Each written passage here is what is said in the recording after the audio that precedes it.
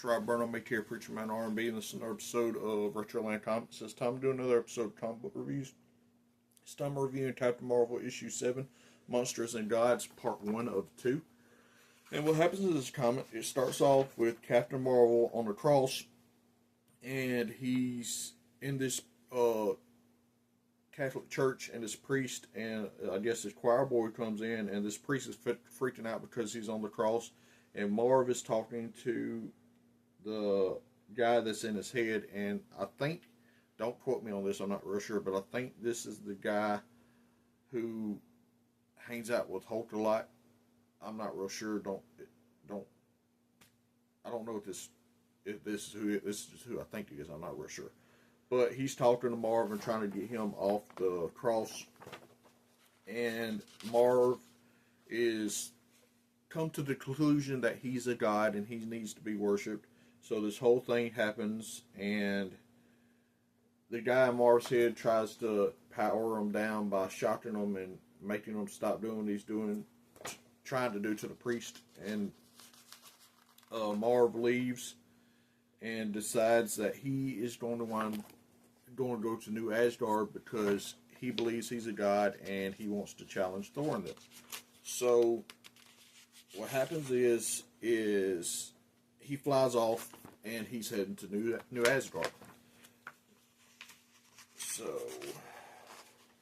before he gets to New Asgard, we see Thor and Balder and all them talking about these storm giants. And these storm giants was held back by Odin before Thor was born. And with Odin being dead now, Thor's worried that the storm giants is going to show back up. And this whole thing, this whole dialogue that they're having about the storm giants.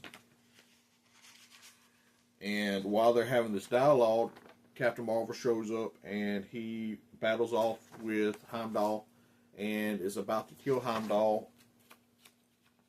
but he's getting talked down by the guy in his head, and he legit has his gun to Heimdall's eye, about to blast his eye out. But before he could do that, like I said, he gets talked down, and then Heimdall sounds the alarm while all the gods are steadily talking about the storm giants. And while they're doing that,